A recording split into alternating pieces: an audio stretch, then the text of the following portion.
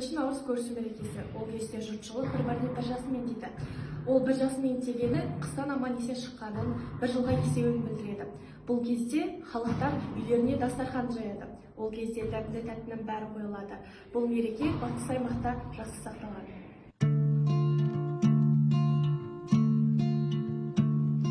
Бойы болған сөзі жылмаң, кімді көрсем мен сонан.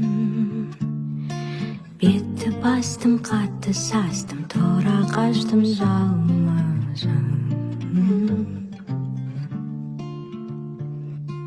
Өз ойында, тұл бойында, бәрі жоқ пендесі.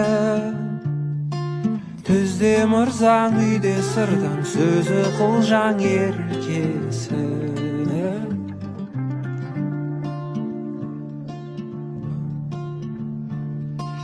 Тас сұрасы, мал сұрасы, бермегенмен кетесі. Адам аулап, сыпыра саулап, байды жаулап жетесі. Söz kudurtkan, şurt kuturtkan, altınların savdalar. Buttu şaptı, İhsan attı, baydan attı almalar.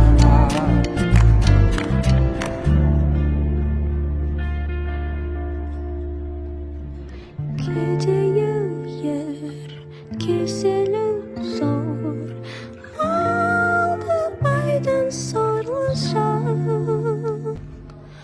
14 наурыз көрісу күні құтты болсын.